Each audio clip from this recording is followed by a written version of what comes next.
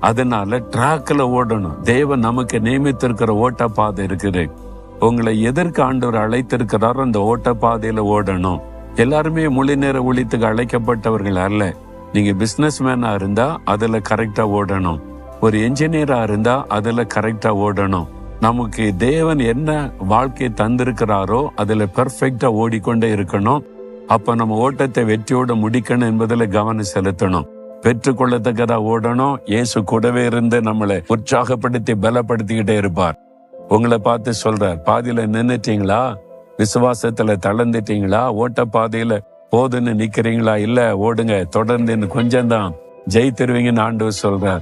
சொல்லுங்க, ஆண்டவரே, நான் பெற்றுக்கொள்ளத்தக்கதா ஓடணும், சோர்ந்து போக மாட்டேன், இடையில நிக்க மாட்டேன், கடைசி வரை ஓடி விசுவாசத்தை காத்துக்கொண்டு வெற்றியோடு முடிப்பேன். இயேசுவின் நாமத்தில் ஆமேன், ஆமேன்.